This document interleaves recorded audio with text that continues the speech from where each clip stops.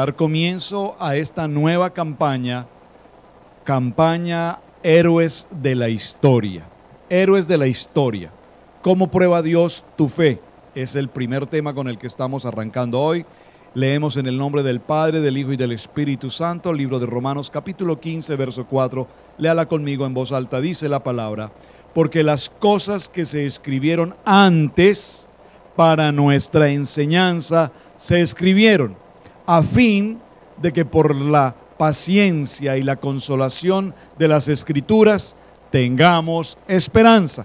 Padre, te doy gracias por esta preciosa palabra. Qué cita maravillosa nos estás entregando hoy. Porque todo cuanto fue escrito en tu palabra, dice la Biblia, fue escrito en los tiempos a través del Espíritu Santo, con la unción tuya, para que esta enseñanza nos traiga consolación y tengamos esperanza. En el nombre poderoso de Cristo Jesús, todos decimos un fuerte amén, amén, amén. Tomen asiento, hermanos. Ya estuvieron bastante tiempo de pie. Yo me senté un tiempito para luego reponer mi tiempo de pie acá. Amén. Vamos a desarrollar durante los siguientes días una serie titulada Héroes de la Historia. Cuando hablamos de los superhéroes, sin lugar a dudas, mencionar a los superhéroes, todos podríamos nombrarlos, los superhéroes. Alguna vez en mi infancia recuerdo la historia de los superamigos. ¿Y quién no recordará a un Batman, a un Robin, a la Mujer Maravilla, hasta el Hombre Invisible? Lo podemos recordar, nadie lo ve, pero ahí está. El Hombre Araña y no sé cuántos otros más, o Superman. Y todos estos personajes, los superhéroes, Aquaman. ¿Cómo se llamaba el otro? Aquaman, hay otro del mar. Varios de ellos. Pero dice la Biblia, o dice la palabra, que no hay un superhéroe para nosotros tan grande, tan maravilloso y tan poderoso como Cristo Jesús. Cristo Jesús fue a la cruz, murió y resucitó. Y esa es nuestra fe, es la fe que predicamos, es lo que nos hace ser parte integral de la iglesia. A un Superman con todos sus poderes y su fuerza y su vista telescópica y demás, tenía un tremendo enemigo que era la kriptonita, que lo derribaba como una gelatina. Amén. Cristo Jesús tuvo un enemigo en la cruz del Calvario, Satanás, pero aún Satanás fue derribado por el poder de la sangre de Jesucristo. Amén. Así es que vamos a emprender hoy una campaña extraordinaria, y para ello vamos a tomar ejemplos, obviamente, de la Biblia, porque la pregunta fundamental aquí es: ¿por qué Dios nos dejó la Biblia? ¿Por qué Dios nos dejó la Biblia? Y hay una respuesta sencilla aquí en el libro de Romanos capítulo 15, verso 4. Porque todo fue escrito en tiempos pasados para nuestra enseñanza, a fin de que por medio de la paciencia y del consuelo de las Escrituras tengamos esperanza. Qué cita maravillosa. Yo no sé cuántos de ustedes no habían leído nunca esta cita. Tal vez muchos nunca la habían leído. Márquela, subráyela y grábela en su corazón. Ahora, la pregunta tiene que ver una respuesta importante: esperanza. ¿Esperanza de qué? Esperanza de enfrentarnos a las dificultades que estamos viviendo a diario. Esperanza de vivir una vida mejor. ¿Y de dónde sacan la esperanza? Del consuelo que proviene de la Biblia. En la medida en que nosotros leemos la palabra, en la medida en que nosotros recibimos un mensaje, en la medida en que nosotros estudiamos en el Instituto Maná, en la medida en que nosotros adoramos y entendemos una letra, entonces nosotros estamos recibiendo una esperanza, y esa esperanza nos produce un consuelo. Amén.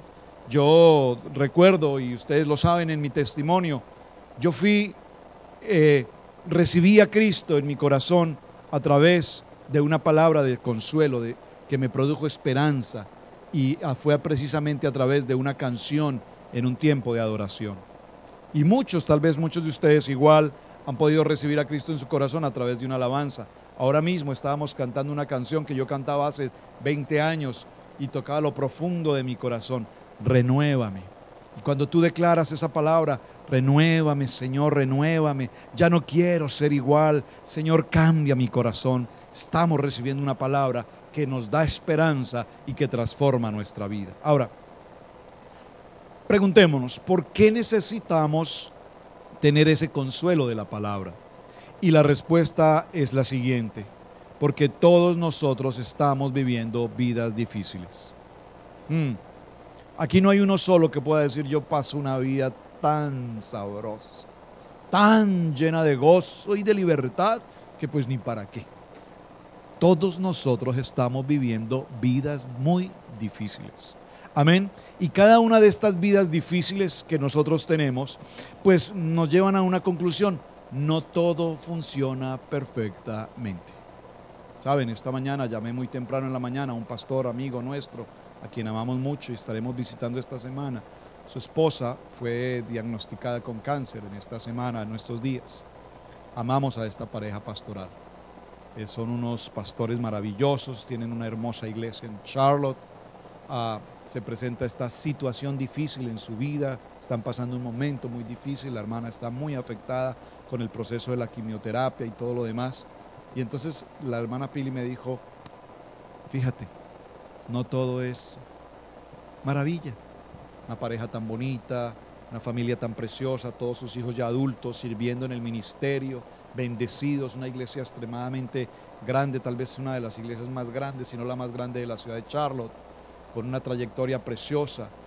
Y se presenta esta calamidad. Saben, dígalo conmigo: estamos viviendo vidas difíciles. Y cuando estamos viviendo vidas difíciles, déjame recordarte que estamos viviendo en la Tierra, este planeta Tierra, porque lo que hemos leído a través de 40 días de una vida con propósito, usted lo recordará, dice que estamos en esta Tierra preparándonos para lo que ha de venir cuando estemos en el cielo y lo que el Señor tiene para nosotros allí. Amén. Estamos aquí entonces en calidad de preparación. Amén. Ahora, recordemos esto. ¿Por qué Dios permite que nosotros pasemos por pruebas? ¿Alguien aquí está pasando por alguna prueba en este momento? Levánteme su mano, permítame, yo levanto la mía también. Todos tenemos pruebas, unas más difíciles, unas medianas y unas tal vez sencillas, pero todos pasamos por pruebas. Y la pregunta es: ¿por qué pasamos por pruebas? Y la respuesta es sencilla. Dígalo conmigo: porque en las pruebas Dios forma mi carácter. ¿Usted puede repetirme esto, por favor?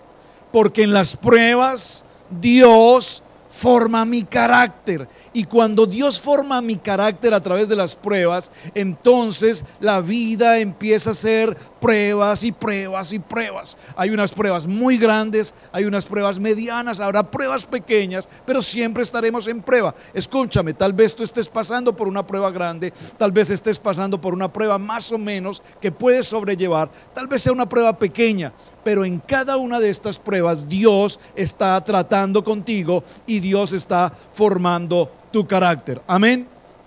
Ahora, Dios tiene un propósito en cada una de ellas. Y hoy vamos a ver a través de algunos modelos de la Biblia qué tipos de pruebas enfrentaron estos héroes de la Biblia y cómo yo puedo trabajar a la par con ellos. Por favor, vaya conmigo al libro de Santiago, en el capítulo 1. Libro de Santiago, en el capítulo 1, y leamos el verso 2 al 4. ¿Lo tienen? Santiago capítulo 1, versos 2 al 4. Dice: hermanos míos, ¿lo tienen todos? Tened por sumo gozo cuando os halléis en diversas pruebas. ¿Está conmigo en la cita? ¿Alguien tiene esa cita subrayada por allí de casualidad? Espero que sí. Yo creo que todos debemos subrayarla. Vamos a entenderla.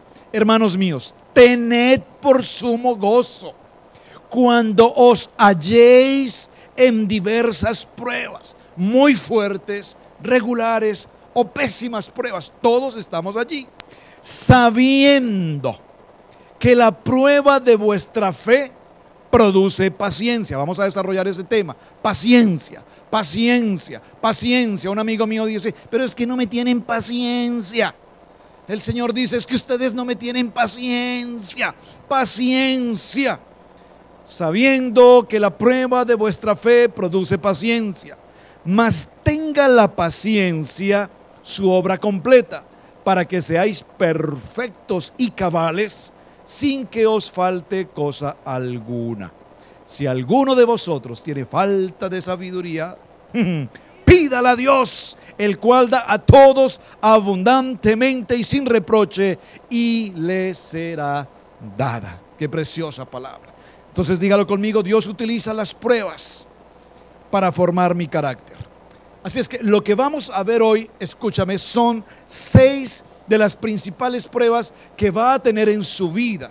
Puede estar pasando por una de ellas en este momento, y para ver este tipo de pruebas vamos a referirnos a 3 héroes poderosos de la Biblia. Usted los ha escuchado, usted los ha leído, usted ha conversado con ellos, espiritualmente estoy hablando, y ellos le han dado una vida, una señal en su camino propio, y hoy lo va a determinar.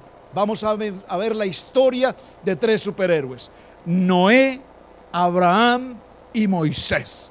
Hemos oído hablar de ellos en todo momento: Noé, Abraham y Moisés. Y cada uno de estos hombres van a ser un modelo, un patrón que identifica nuestra prueba por la cual nosotros pasamos. Y a través de estos hombres vamos a ver 3 características importantes. Estoy haciendo la introducción al tema para que vayan luego a tomar notas en su paracha. Amén.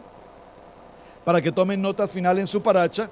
Pero quiero referirme a cada uno de ellos con detenimiento, porque yo sé que hoy Dios nos va a hablar a cada uno de nosotros de manera extraordinaria. Amén.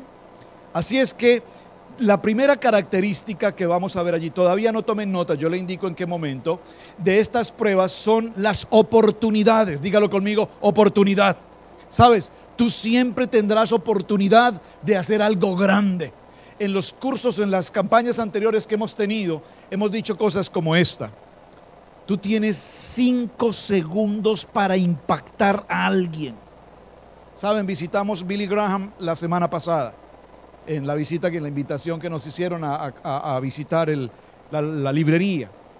Y en algún momento del recorrido, o ya terminando todo el evento, nos invitaron a una sección para almorzar. Y estábamos proyectando con algunos pastores.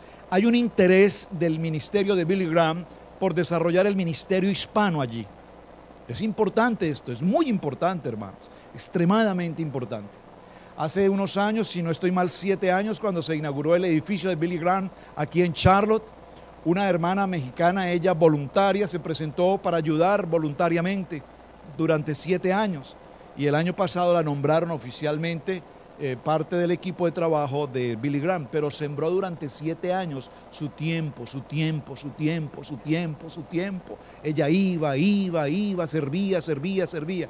Hoy es la traductora oficial del centro de Billy Graham en español allí en la ciudad. Qué bonito trabajo, qué bonita labor viene desarrollando. Pero empezamos a proyectarnos en algunas cosas interesantes. Y en algún momento de los proyectos que traemos, ustedes saben que Camilo graba los promos de Billy Graham para la radio. Eso es un proyecto extraordinario en español. Extraordinario. Algo está pasando allí. Y estando a la hora del restaurante, cerca a la mesa había una mujer. La persona que nos estaba dirigiendo nos dijo: esta es la directora general del ministerio de Billy Graham. Entonces dijo: permítame, yo se la voy a presentar. Y nos acercamos con ella y nos presentamos, y le presentamos inmediatamente una idea, un proyecto, una oportunidad. Era una oportunidad que teníamos con ella, de decirle: nosotros, el pueblo hispano, estamos aquí, queremos disfrutar de todo el proyecto de Billy Graham, pero no tenemos la gente, no tenemos el proyecto listo, necesitamos hacer algo. Y ella inmediatamente tomó una tarjeta, le dijo a Camilo, a otros hermanos: aquí está mi tarjeta, llámenme.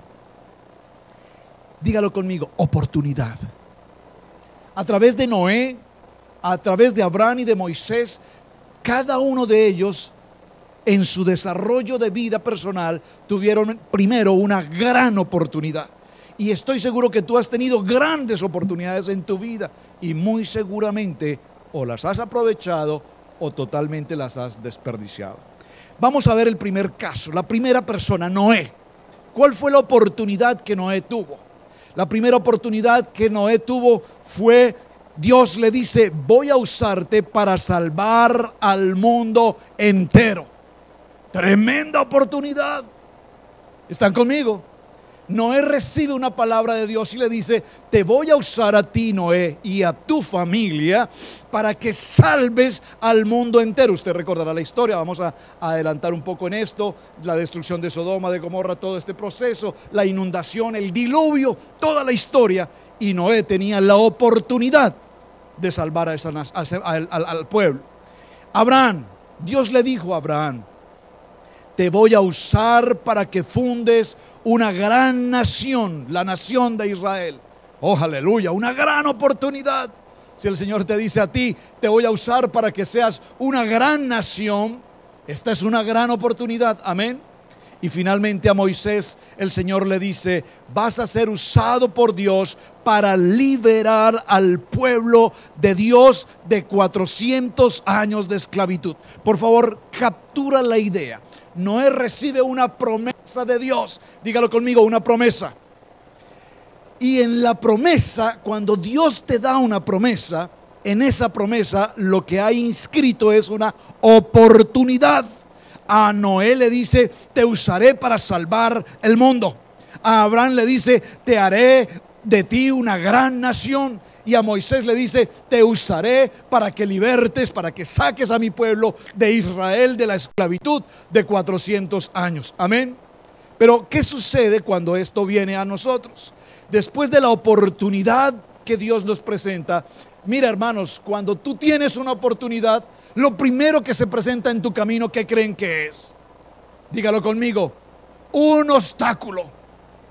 Usted tiene una gran oportunidad. Vas a abrir el salón más bonito de la ciudad y está todo programado. Y cuando ya todo está preparado, viene un obstáculo. El alcalde dice, prohibido los salones en la ciudad. ¿Están conmigo? Visitamos en el lugar donde estábamos un salón a propósito muy elegante, muy estético, muy sofisticado, extraordinario. Una conexión muy importante para la hermana Lupe además. Y esta mujer, una empresaria con tremendo salón de masajes y una cosa y la otra y aquí y allá.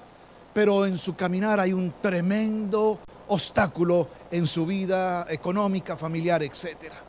Cada vez que nosotros tenemos algo importante para hacer, inmediatamente recibimos la promesa, inmediatamente el enemigo colocará un obstáculo en tu vida para que esa promesa no se cumpla. Miren aquí algo interesante. Dios le dice a Noé, voy a utilizarte para que construyas un arca. Y Noé no tenía la menor idea, absolutamente.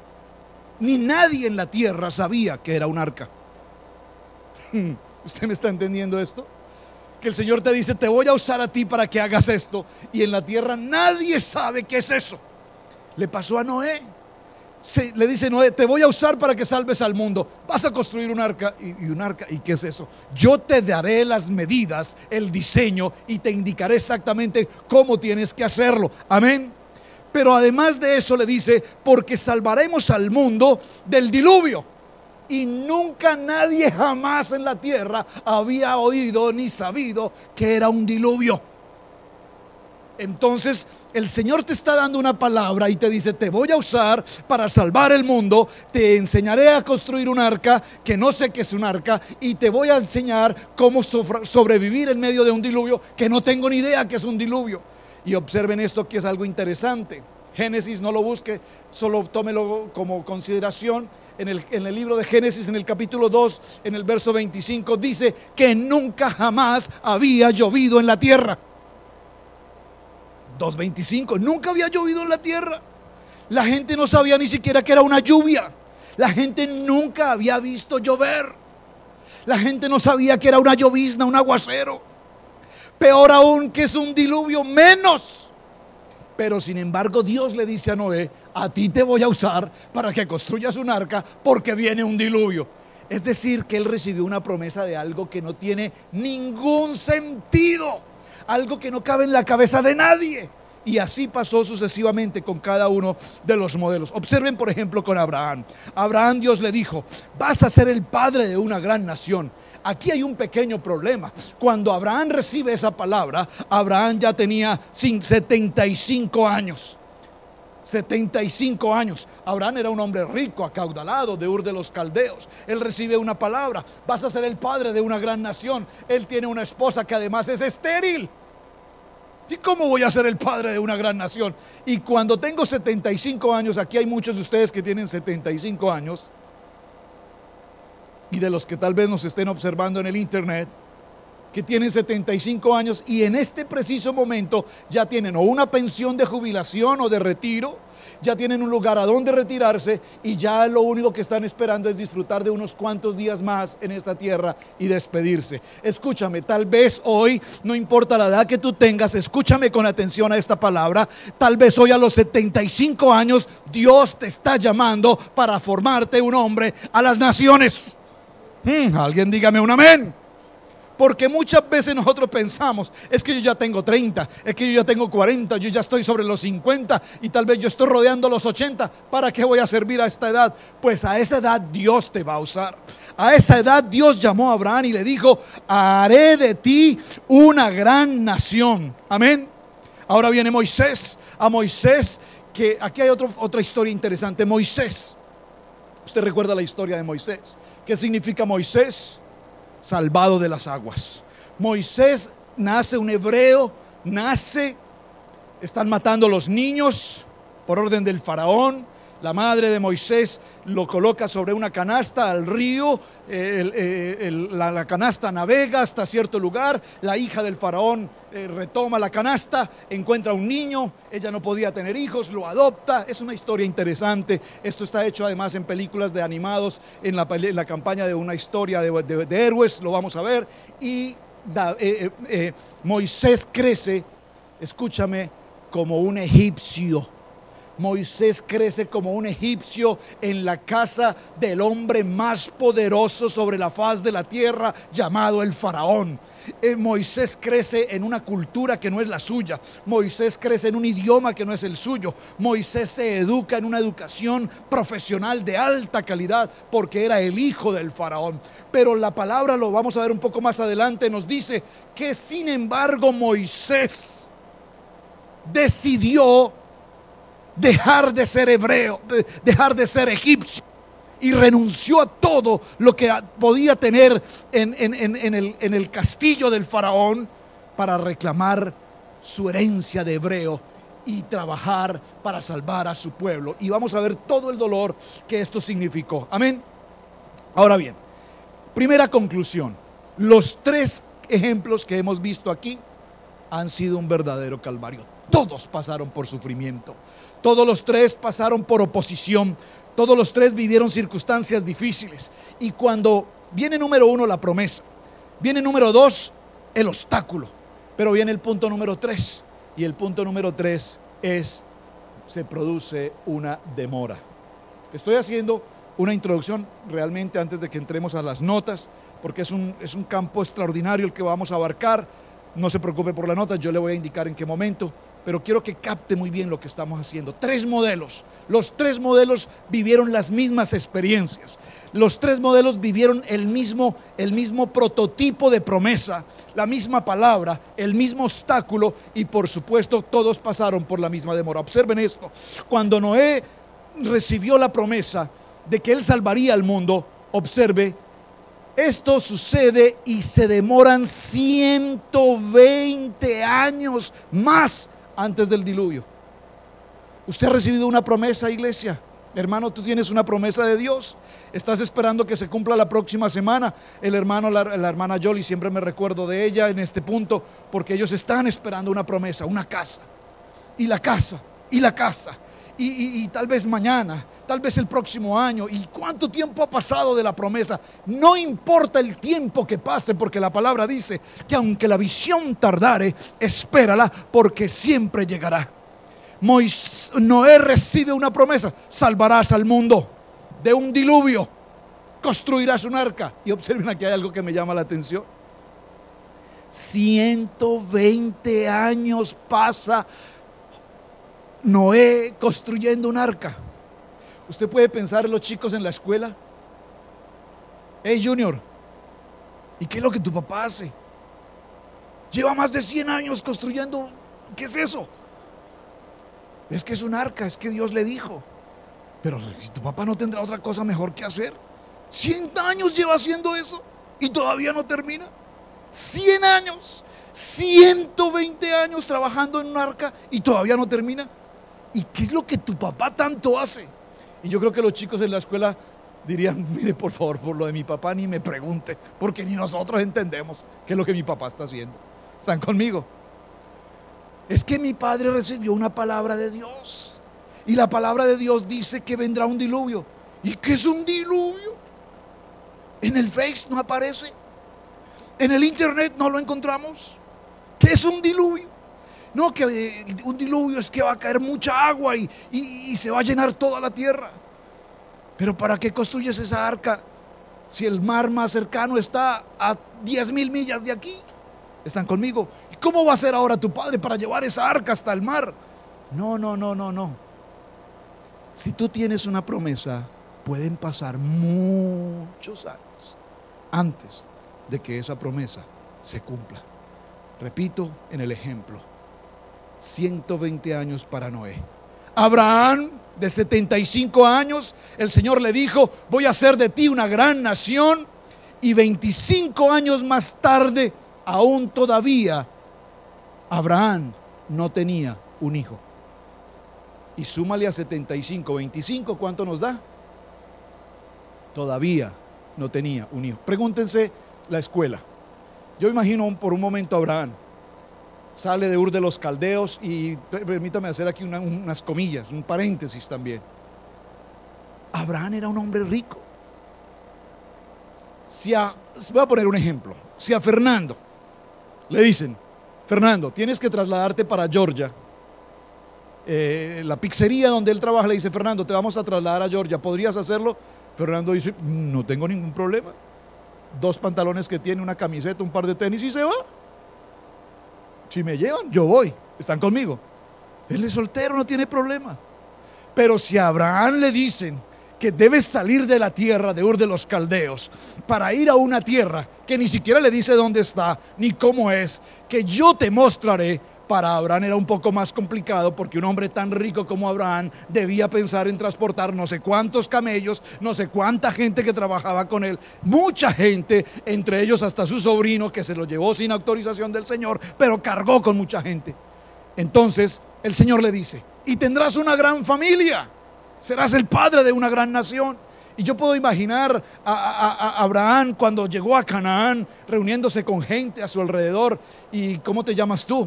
Porque le cambió el nombre de Abraham a Abraham, que significa padre de multitudes. Y le dice: pues yo me llamo padre de multitudes. Padre de multitudes. ¿Y cuántos hijos tiene? Pues ninguno. ¿Usted me está captando el mensaje? Dios le dio una promesa, le pone un obstáculo, lo lleva a una tierra que no conoce, tiene que atravesar una frontera, y él se convierte en un ciudadano extranjero en Canaán. Pero en Canaán Abraham no encontró una casa, un terreno donde vivir. Abraham empezó a vivir ¿dónde? En carpas.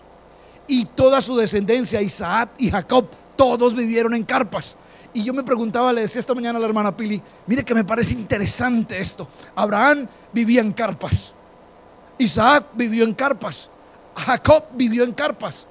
Y yo quiero traducir la palabra carpas al término de hoy. Salieron de México, salieron de Colombia, vinieron a los Estados Unidos, atravesaron a una tierra prometida, llegaron a un lugar a donde Dios nos trajo. ¿Y aquí en qué vivimos? En trailers, en carpas. ¿Por qué? ¿Por qué? ¿Por qué? ¿Por qué? Porque son móviles, porque usted no tiene problema. El día que usted quiera, pues me voy y pues me la llevo, la puede transportar. ¿Están conmigo? Y peor aún, si está demasiado deteriorada, pues ¿cómo se llama? El fire department ahí le pega una rociadita y la desaparecen en un momento. ¿Están conmigo?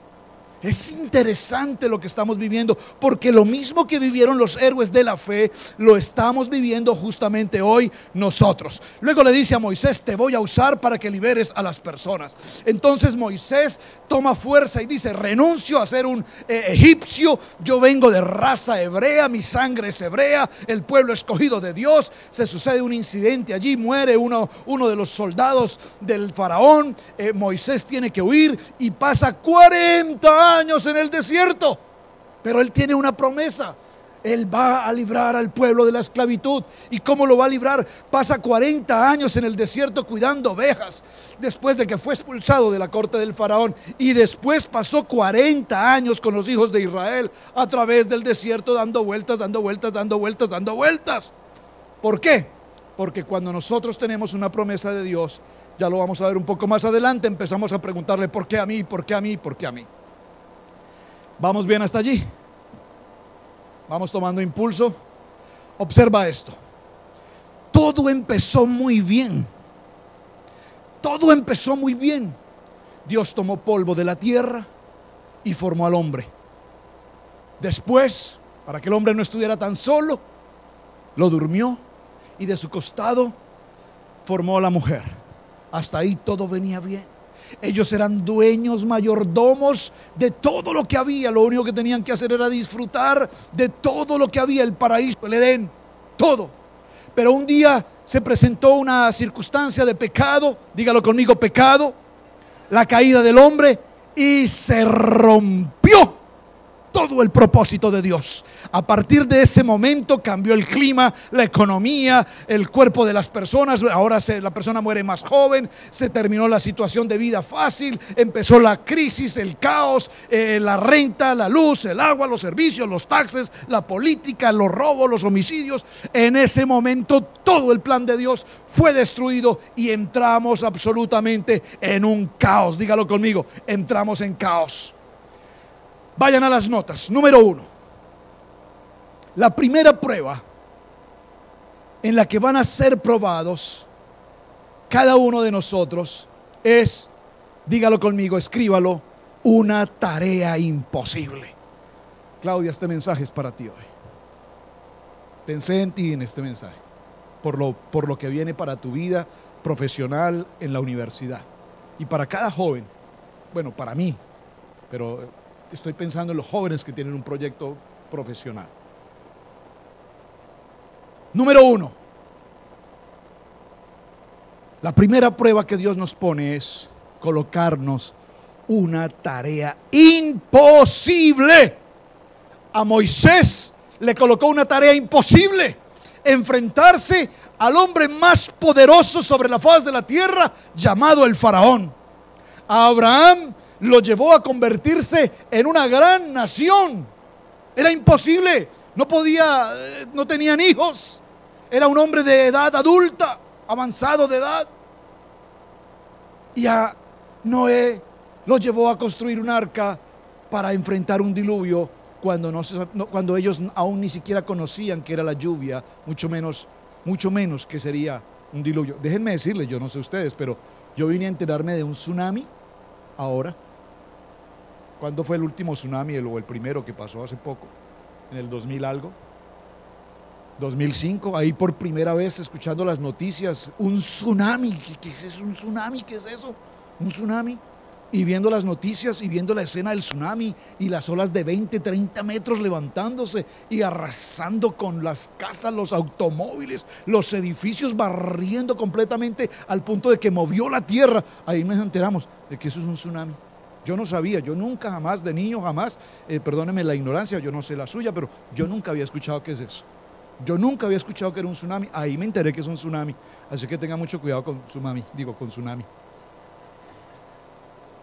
La Biblia nos dice en el libro de Hebreos, acompáñenme por favor al libro de Hebreos, en el capítulo 11 y en el verso 7. Por la fe, escúchame, por la fe, héroes de la fe.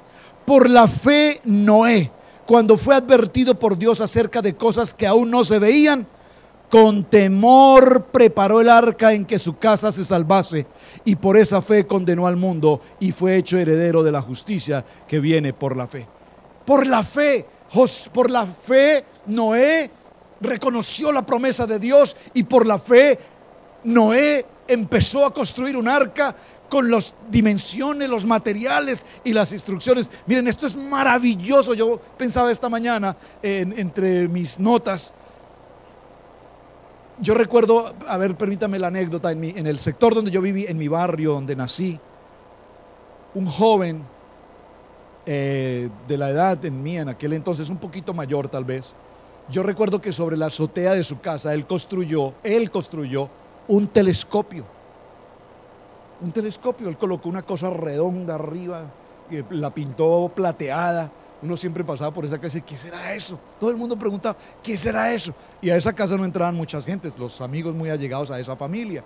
Y alguien un día me comentó, me dijo, no, es que Mauricio, se llama el joven Mauricio, ahí tiene un telescopio, telescopio, chanfle. ¿Y qué es eso? Ni idea que es un telescopio. Un telescopio es una cosa para mirar las estrellas, para mirar las estrellas. Y recuerdo que hubo una noche que anunciaron las noticias, un eclipse. Iba a haber un eclipse de luna, un eclipse, y todo el barrio llegó a la casa de esta persona porque la gente quería entrar a mirar por el famoso telescopio. Y yo recuerdo que yo hice fila y me dejaron entrar.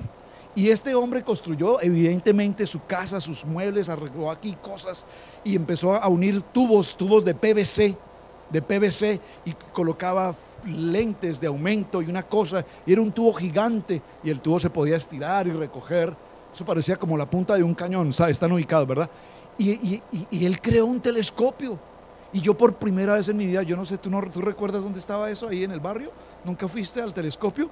Y yo recuerdo ir allá y el muchacho colocaba una palanquita y el telescopio se empezaba a lanzar, a estirar. Y uno empezaba a mirar por ese telescopio. Impresionante, se veían las estrellas, era increíble. Y yo decía, este niño, ¿cómo se le ocurrió? Un niño, ¿cómo se le ocurrió hacer eso?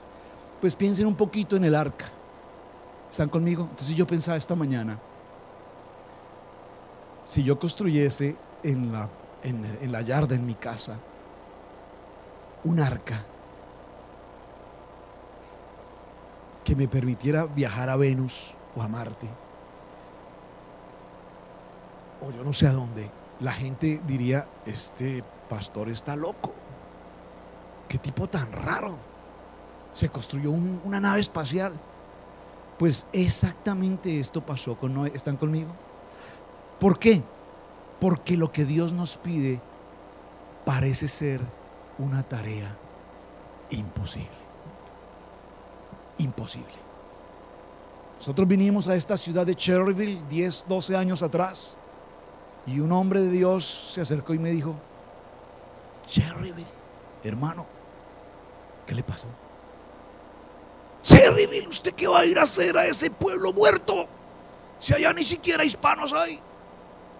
Porque cuando Dios nos da una promesa, parece ser una tarea totalmente imposible. Amén. Pero en este modelo de Noé nosotros vemos que él no tenía experiencia, conocimiento, él no tenía ni idea de arquitectura, de ingeniería, él no era graduado de Harvard en nada. Pero Dios le dio todas las indicaciones cómo empezar a construir el arca. Ahora, en esta primera lección de fe, escríbalo por favor en sus notas: la fe es creer aun cuando no lo vea. Claudia, dígame amén a esa palabra. Aun cuando no lo veas. Yo voy a ir a la universidad. Yo sé que es muy costoso. Yo sé que es extremadamente costoso, pero aunque yo no lo vea, yo no veo el dinero, yo no veo las becas, yo no veo el auto, yo no veo la facilidad de ir tan lejos, yo no lo veo, pero aunque yo no lo vea, yo lo puedo creer porque yo tengo fe. Sin fe es imposible agradar a Dios. Entonces, aunque tú no lo veas, tienes que tener fe para que esto se cumpla. A nosotros el mundo nos enseña ver para creer. Y en la palabra nosotros aprendemos, aunque no lo vea, yo lo creo. Yo lo creo. Amén.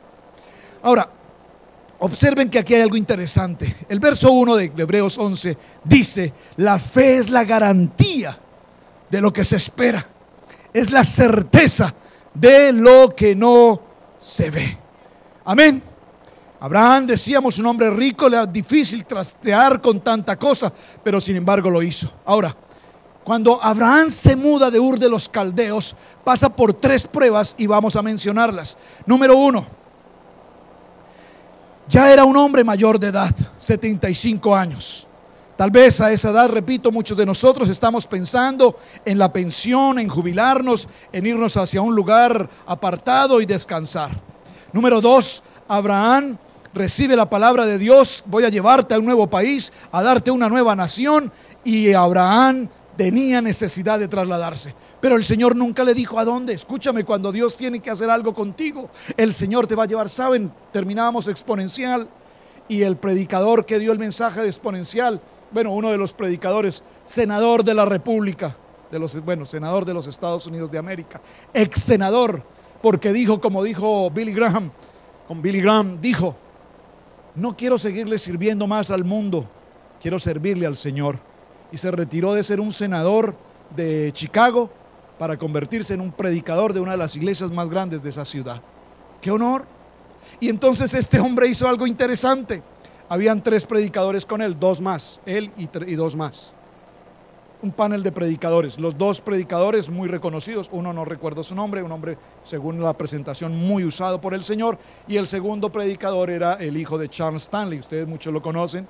Yo particularmente aprecio mucho al pastor Stanley, y nos encontramos con que allí estaba su hijo, Andy Stanley, y el tercero era este predicador moreno, muy humilde, muy sencillo.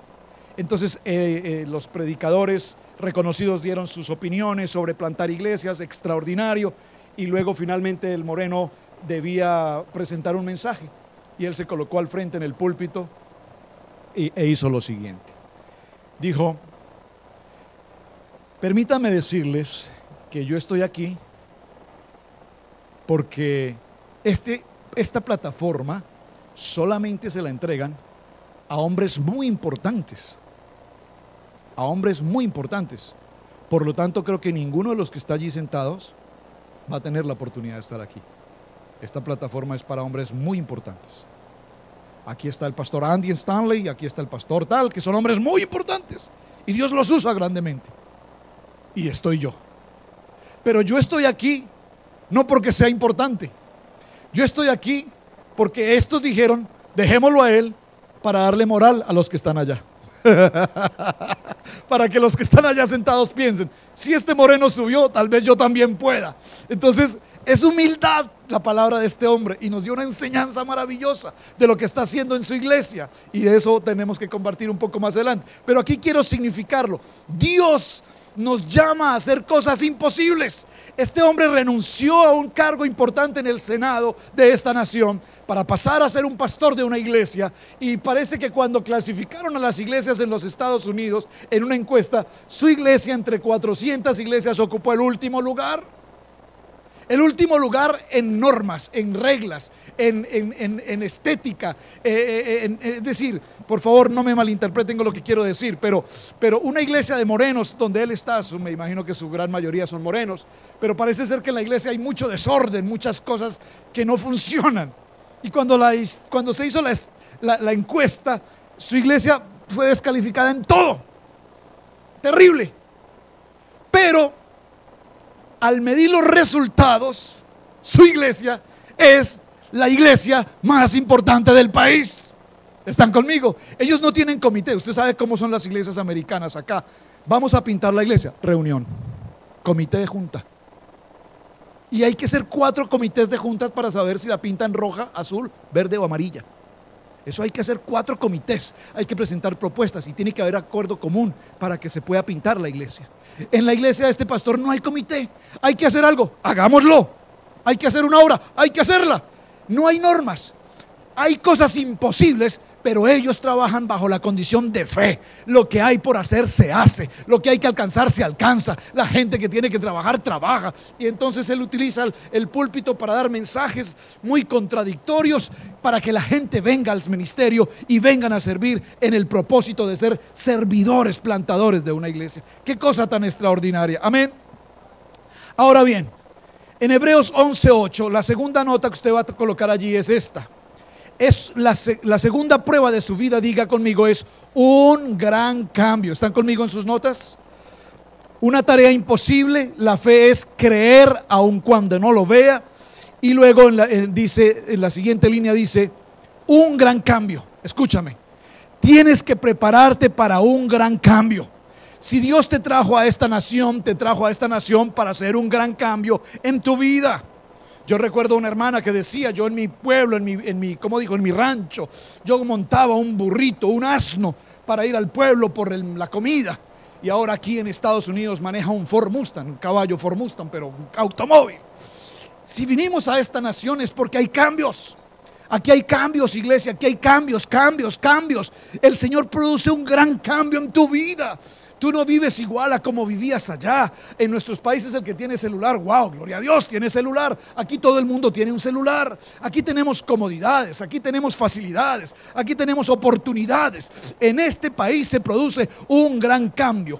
Hebreos 11:8 dice: fue por la fe que Abraham obedeció cuando Dios lo llamó para que dejara su tierra, y fue a otra a que él le daría por herencia. Se fue sin saber a dónde iba. ¿Está conmigo? ¿A dónde te llamó Dios? Se los he dicho una y otra vez. ¿A dónde te llamó Dios? Dios te llamó a esta nación. Dios te llamó a esta ciudad. Dios te llamó a la ciudad de Shelby, Gastonia, Lincoln. Te llamó a esta ciudad porque cuando no estamos justo en el lugar a donde Dios nos llamó, Él dijo: te llevaré a una tierra, te llevaré a un lugar, te llevaré. Pero no le dijo exactamente a dónde tenía que llegar. La hermana Pili nos estaba enseñando algo maravilloso este día.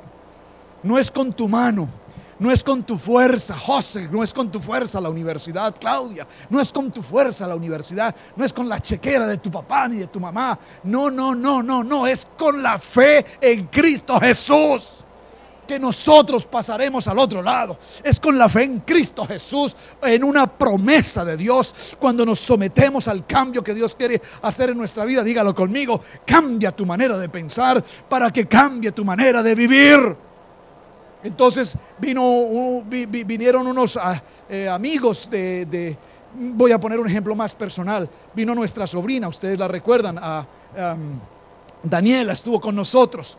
Y ella es una niña inteligente, es una niña joven, simpática, agradable, dinámica. Una joven con sueños, con aspiraciones. Pero es que si mi papi no tiene para la universidad y mi mami no tiene para la universidad, y entonces si pedimos un crédito y esto y lo otro, y aquí y allá.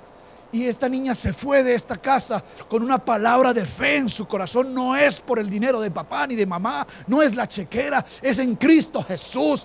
Y ahora cuando nos escribe, ya está en la universidad, se matriculó en la universidad, logró entrar a la universidad, una de las mejores universidades en Colombia. Está estudiando inglés porque ella vino a este lugar y se dio cuenta que importante es que los jóvenes estudien. Ella pudo notar cómo en este país hay tantas facilidades, becas, oportunidades.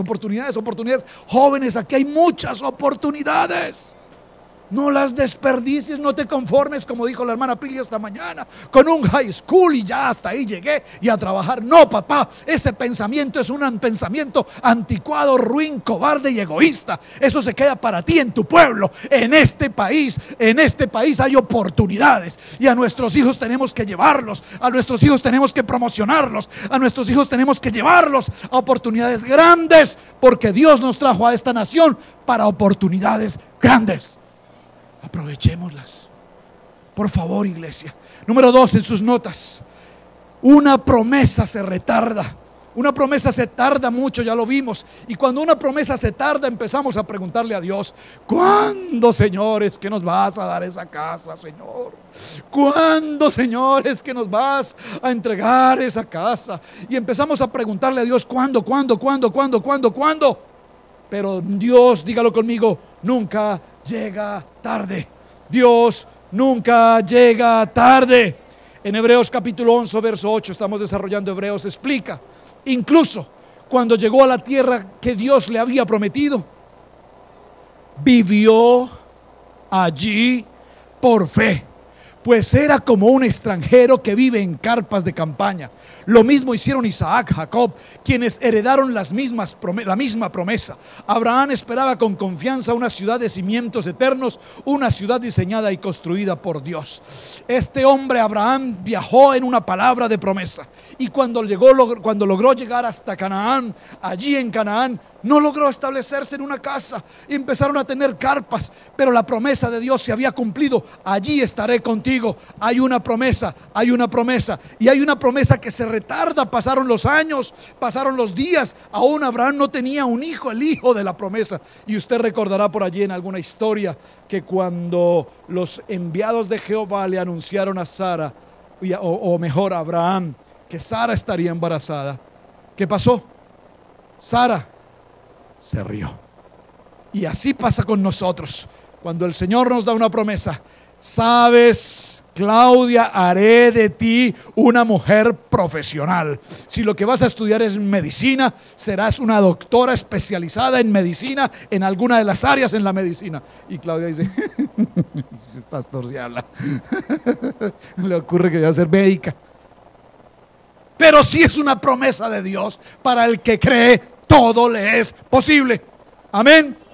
Ahora bien, es una promesa sin solución. No hay solución posible. Nosotros recibimos promesas y la gente quiere promesas suaves. Traiga $1,000 y recibirá una casa. Traiga $1,000 y recibirá un carro. No, no, no. El Señor dice: ¿quieres ganar un premio y compensar tu promesa, tu fe? Pues tienes que pasar por un precio. Tienes que pasar por un dolor, tienes que pasar por una angustia, tienes que pasar por un tiempo de espera, tienes que pasar por una circunstancia de adversidad, porque yo voy a probar tu carácter. ¿Está conmigo? Bueno, mis amados, ¿notas? Una promesa sin solución. Siguiente, se produce una muerte sin sentido. Usted dirá: que estoy escribiendo acá, esto no tiene sentido. Déjame explicarte esto. Dios le dice a Abraham: haré de ti una gran nación. Pero una gran nación, un hombre que no tiene hijos. Finalmente, aunque la promesa tardó, la promesa se cumplió y aparece Isaac. Pero cuando Isaac tiene unos 10 años aproximadamente, unos más, unos menos de edad, el Señor le habla a Abraham y le dice: ¿qué le dice? Entrégame a tu hijo, sacrifícalo. Esta es una historia escalofriante de la Biblia, impresionante, porque si el Señor a cualquiera de nosotros aquí presentes, padres de familia, el Señor nos pide a uno de nuestros hijos, bueno, yo no sé, alguno que dirá: ay, Señor, ojalá, acuérdate. No creo. Porque por muy mal portado que sea, como padres a nuestros hijos les amamos. Sin embargo, la historia nos narra que Abraham obedeció. Dígalo conmigo: obediencia.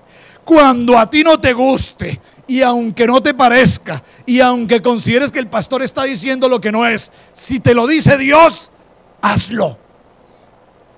¿Están conmigo? ¿Alguien dijo amén? Es que sí.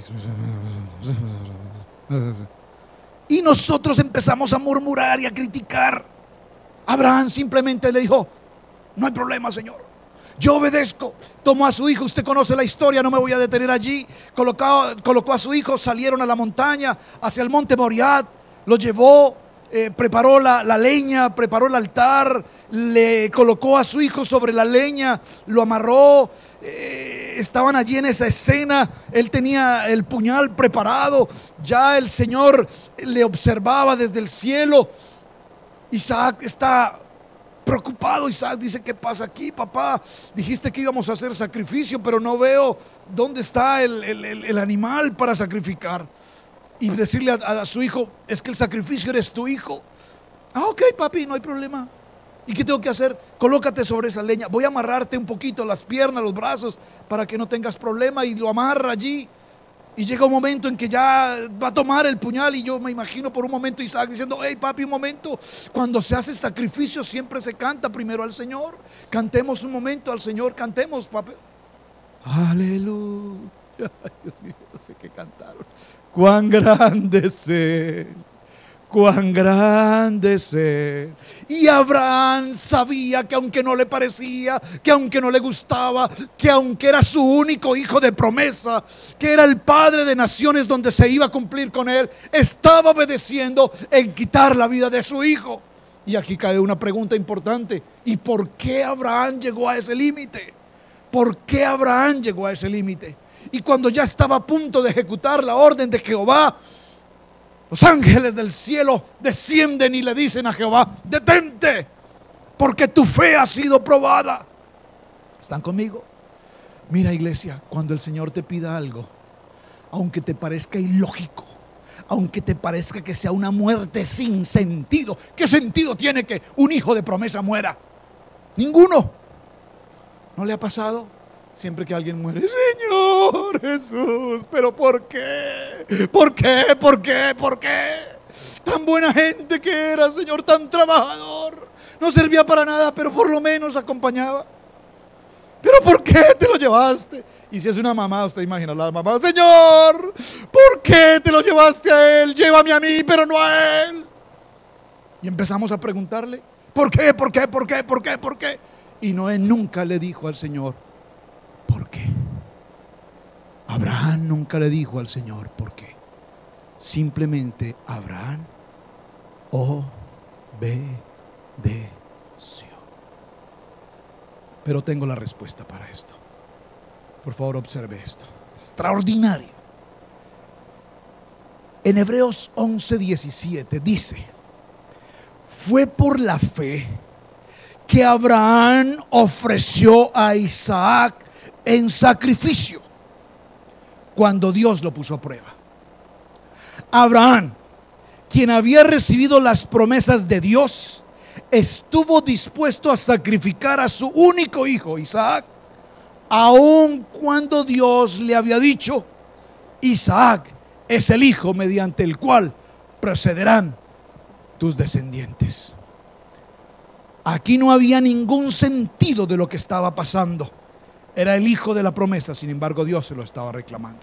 Y en Hebreos 11:19 dice: consideraba Abraham que Dios tiene poder hasta para resucitar a los muertos.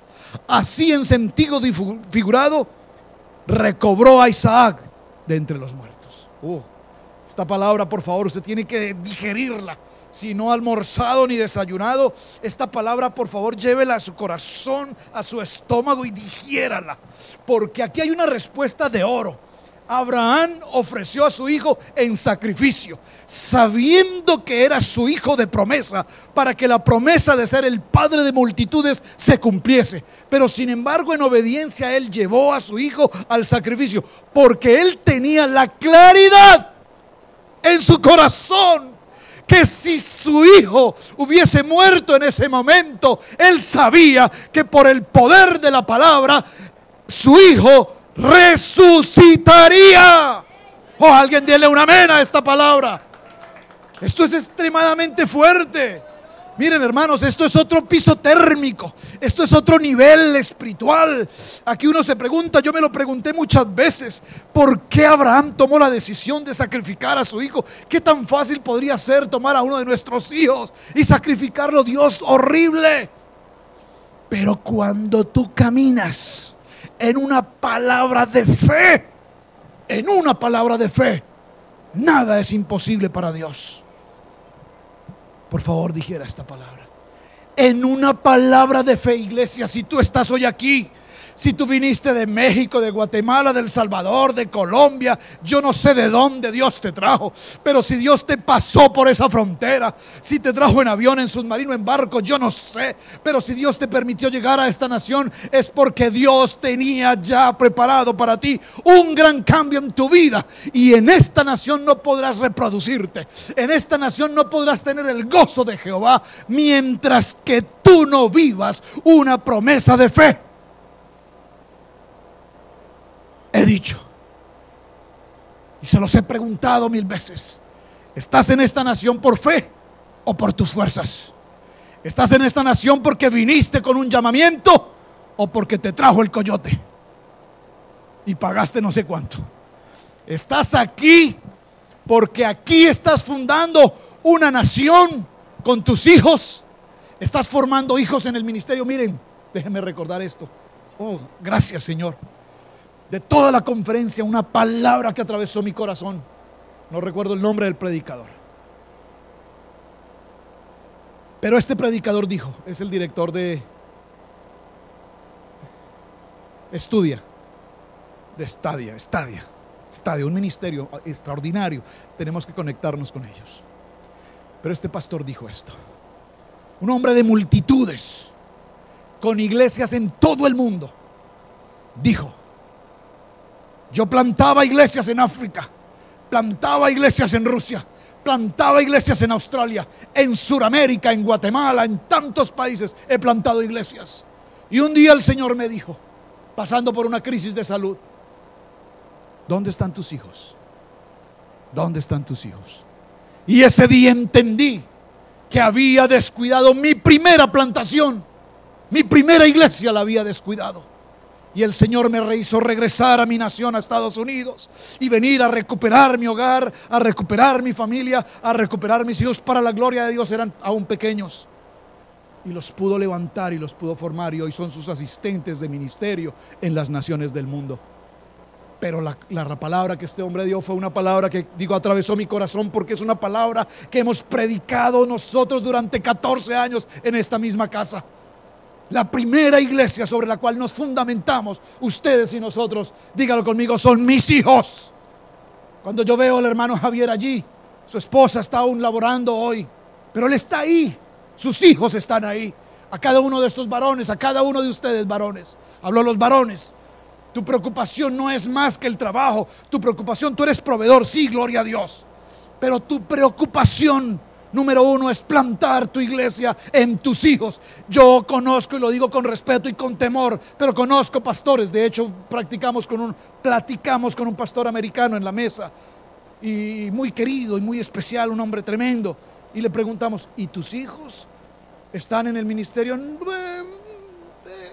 Pues más o menos, o sea, a veces van, a veces no van. Ellos no se identifican mucho. Pues allí tenemos que empezar a plantar la primera iglesia. Y esta es una palabra para cada uno de nosotros. Cuando el Señor nos está llamando y nos ha dado una promesa de que seremos una gran nación, nos reclamará a nuestros hijos. Ahí está, llévalos a sacrificio. Pero ten la seguridad que estos hijos que tú tienes hoy, aunque los veas por ahí desviados o distraídos en alguna cosa, ellos cumplirán el propósito para el cual Dios los ha escogido, porque tú viniste a esta nación por una promesa de Dios, para que esta promesa transforme tu vida. ¿Saben?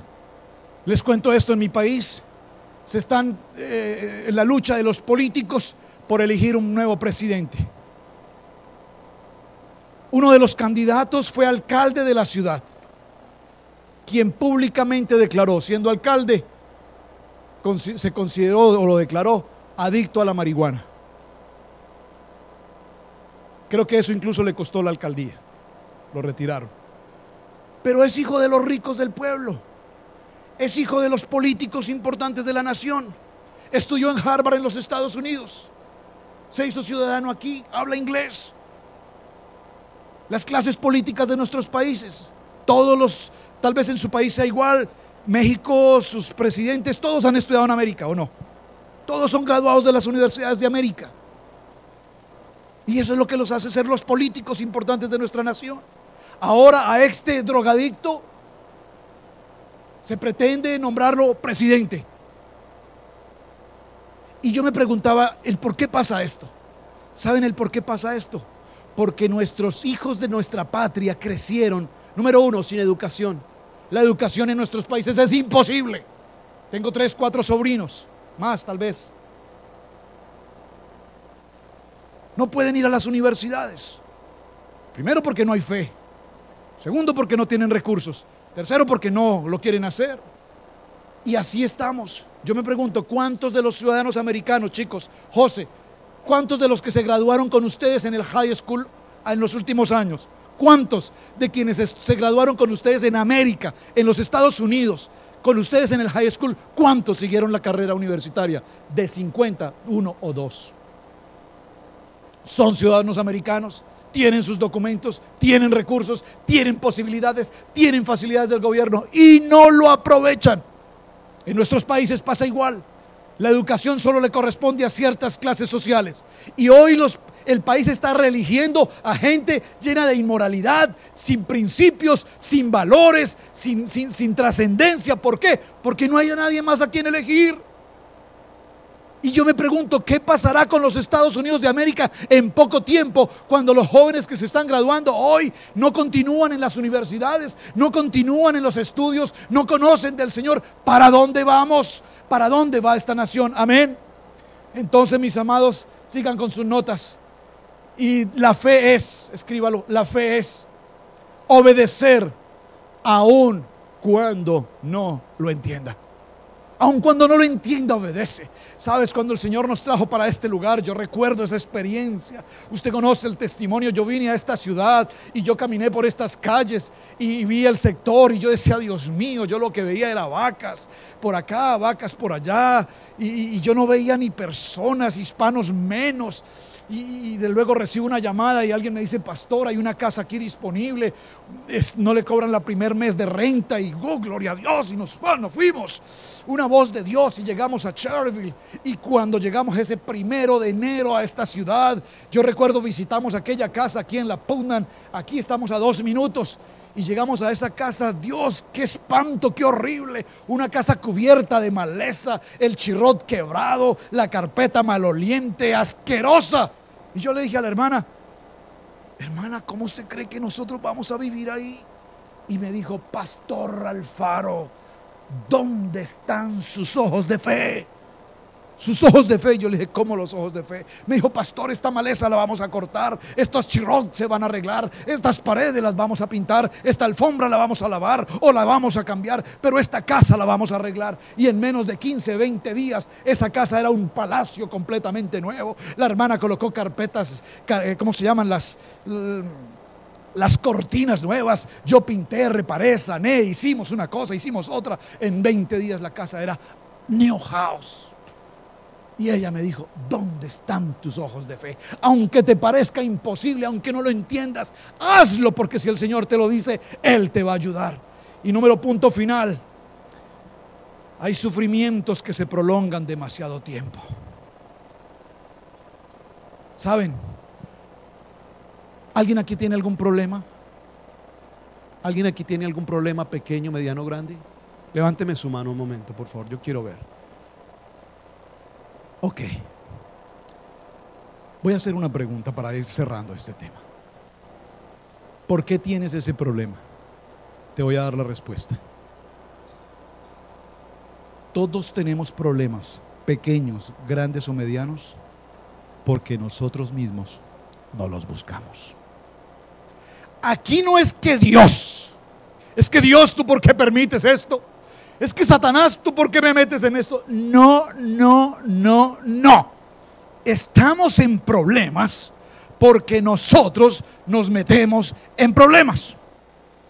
Las decisiones que tú tomes hoy repercutirán en tu vida para mañana y para siempre. Los problemas que traes hoy los traes porque tú tomaste decisiones equivocadas, muchas de ellas sin consultar a Dios. Entonces, ¿por qué Dios lo permite? Dígalo conmigo, porque Dios tiene un propósito en este problema. Entonces, si estás atravesando por un problema y Dios lo permitió, es porque a través de ese problema Dios va a edificar tu carácter.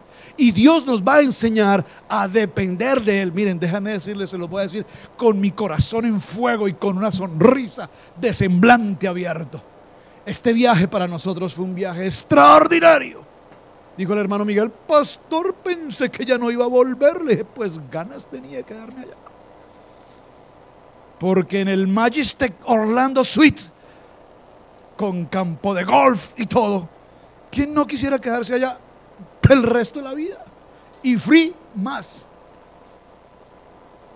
con desayuno, almuerzo y cena. Pero eran momentos y oportunidades que hay que aprovechar. Miren, viajamos. Durante todo el recorrido escuchamos la palabra. Todo el recorrido, la palabra, la palabra, la palabra, la palabra, la palabra, la palabra. Durante toda la semana en la conferencia, la palabra. Y nos regresamos en el viaje, y durante todo el viaje, la palabra. Descansamos, nos reposamos, tomamos tiempo para nosotros. Estos refrigerios que Dios da son maravillosos. Son refrigerios que Dios permite. Pero llegábamos a una conclusión. ¿Saben? Hace 2 años, para este tiempo, estábamos viviendo un infierno. ¿Están conmigo? Hace 2 años, para este tiempo, estábamos pasando por uno de los momentos críticos, horribles, ministerialmente, familiarmente, difícil. ¿Saben por qué? Porque Dios no tiene nada que ver ahí. Nosotros involucramos a unas personas en nuestra vida creyendo que estábamos haciendo un favor y terminamos envueltos en un problema, y ustedes saben de qué estoy hablando. No fue Dios, no fue el diablo, fuimos nosotros mismos quienes decidimos involucrarnos en el problema. Y creamos el problema, y trajimos el problema a la iglesia, trajimos el problema a la casa, trajimos el problema a nuestra vida, y después empezábamos: Dios, ¿por qué a mí, Señor? ¿Pero por qué nos pasa esto? No, es que Dios no tenía nada que ver. Pero Dios nos dice: a raíz de este proceso por el cual ustedes decidieron caminar, yo les voy a enseñar a madurar. Les voy a enseñar a formarse espiritualmente. Les voy a enseñar a tener carácter espiritual. Y les voy a enseñar a formarse en un concepto ministerial para que no vuelvan a cometer el error. ¿Está conmigo? De tal manera que hoy no estamos pasando por esa tormenta. Tenemos otras, un poco más livianas, un poco más pequeñas, pero todos tenemos tormentas. Alguien aquí está pasando por una tormenta grave. No te preocupes. Esa oscuridad viene, pasa, y mañana estará la luz. Dice un dicho popular por allí: después de toda gran tormenta viene la calma. Así que, mis hermanos, déjenme cerrar con esto. Moisés renunció a ser hijo del faraón. ¿A qué tú estás dispuesto a renunciar? En Romanos 5:4 dice la palabra: porque sabemos que el sufrimiento produce perseverancia. La perseverancia, entereza de carácter, y la entereza de carácter nos produce esperanza. Así que, mis hermanos, ¿qué estás dispuesto a renunciar hoy? Tienes que renunciar a tu egoísmo, a tu vanidad, a tu yo lo puedo, yo soy capaz, yo, y empezar a entender que es solamente porque héroes de la fe nos dejaron el modelo para poderle creer a Dios. Iglesia, tenemos un reto. La hermana Pili me dio una palabra en el transcurso del viaje. El crecimiento de la iglesia lo da Dios. ¿Usted puede repetir esto conmigo? El crecimiento de la iglesia lo da Dios.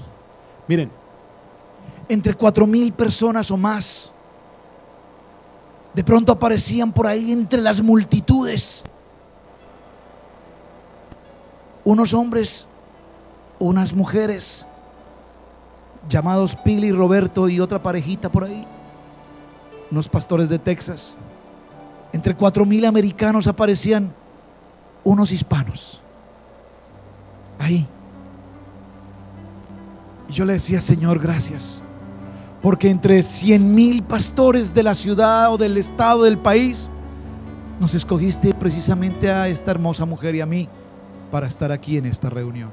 Y yo me preguntaba: Dios, ¿por qué nos has permitido durante 4 años continuos venir a la ciudad de Orlando, estar en esta conferencia donde son 100% americanos? Durante los 2 primeros años íbamos cero inglés, nada, no entendíamos, íbamos por la fe. El año pasado un hombre que hablaba español dijo: hay que tener misericordia de estos hermanos, yo les voy a traducir. Y le dieron los equipos de traducción y el hermano empezó a traducir y nos escuchaba, y bueno, fue una cosa terrible. Total, ahí quedamos. Este año por primera vez contratan a traductores en español, ya nos entregan los equipos y las traducciones son excelentes, y este año pudimos llegar con un mensaje más claro de lo que hace 3 años no entendíamos. Y el mensaje que traíamos de toda esta historia es: iglesia, es por fe. Esto es por fe. Esto no es por eventos. Esto no es por traer cantantes.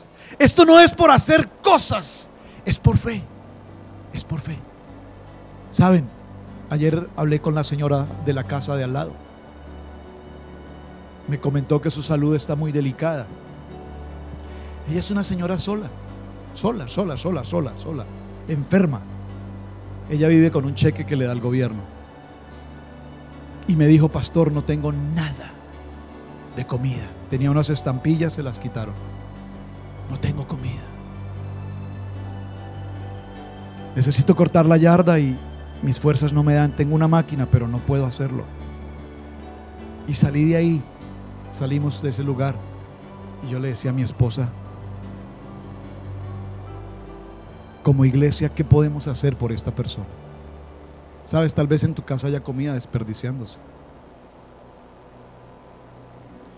No como dijo la hermana Pili hoy: carne vencida para la señora de la iglesia. No. No. Pero sí siento en mi corazón, hermana Pili, que tenemos que hacerlo. Esta señora necesita, aunque usted no lo crea, ella está ahí con la ventana abierta escuchando este servicio.